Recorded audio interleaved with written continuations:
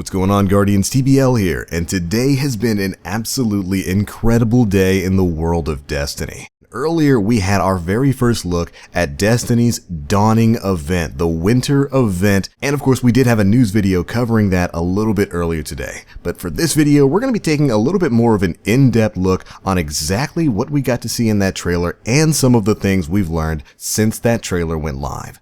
The very first thing we get to see is that we do have a new tower event and a new tower atmosphere. It also looks like we're going to be getting some new mask-like items, similar to what we had in the Festival of the Lost. And of course, the big return of the Sparrow Racing League. We've got a lot to unpack there. It looks like we're going to be having two new tracks, one on Mercury and the other on Earth, to make for a full total of 4 tracks with Sparrow Racing League. That's a lot better than just having 2 for a full 3-week event.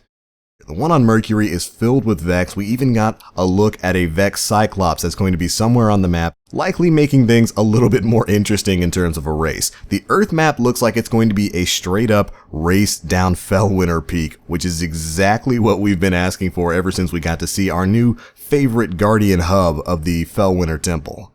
Additionally, we got our first looks at some new Sparrows and some new racing gear. It looks like there's going to be about 11 new Sparrows, at least from the ones that we've seen thus far, and some of them look pretty darn cool. Additionally, we've got some new Sparrow Racing League armor, and the big ticket thing here is all of it is going to be infusible. This was confirmed after the trailer went live via Game Informer. All of the SRL armor is going to be infusible, from your head down to your boots. Now last year you could only infuse the helmet and the class item, and it looks like that's no longer going to be the case. If you want to run around in your shining racing gear, you'll be able to do it at the highest light now. And moving on from the Sparrow Racing League stuff, we got to see another look at the Void and Solar Thunderlord variants. We got a few shots of that, and we've learned since then that both of those weapons will be tied to brand new exotic quests. But more on that a little bit later. After that, we got to see some ornaments for some fan-favorite exotics. We got to see the Thorn ornament, the Last Word has a new black ornament, and we got to see a few ornaments for the Red Death Pulse Rifle. I gotta say, they all look pretty darn good.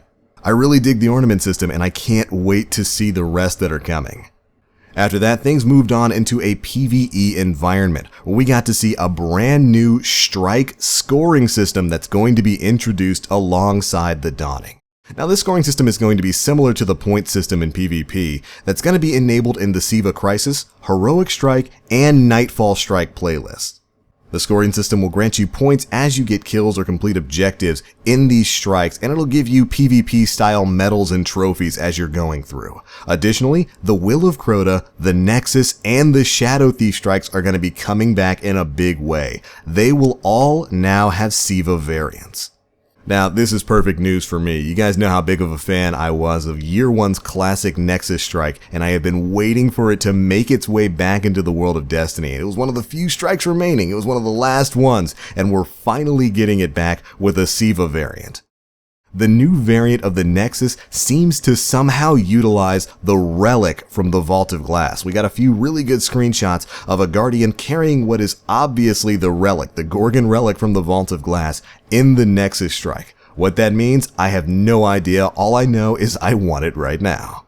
Commander Zavala will also now have strike-specific bounties, similar to the kind that you pick up from Varix for the Prison of Elders. Completing these bounties can get you a chance at the Year 1 classic exotic, the Icebreaker. The Titan of Terror from Year 1, one of the best PvE guns in the game, so good it had to get nerfed. It's coming back, and it's bringing a few new ornaments with it. Now, of course, the Icebreaker is one of the most legendary guns in Destiny's history. It was something everybody wanted or had in their inventory back in the day, and it feels really good to have that gun back. And we have learned since this trailer went live that it will be available via Commander Zavala. It's going to be tied to one of his Nightfall bounties.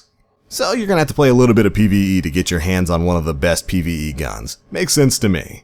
Now, of course, new armor sets were shown off as well. We got to see a bunch of new Warlock armors, as well as some new Titan and Hunter armors as well. We got new shaders, new emblems, and of course, new stuff from Eververse Trading Company. We've got some new treasures and some new gifts, as they were titled in the video.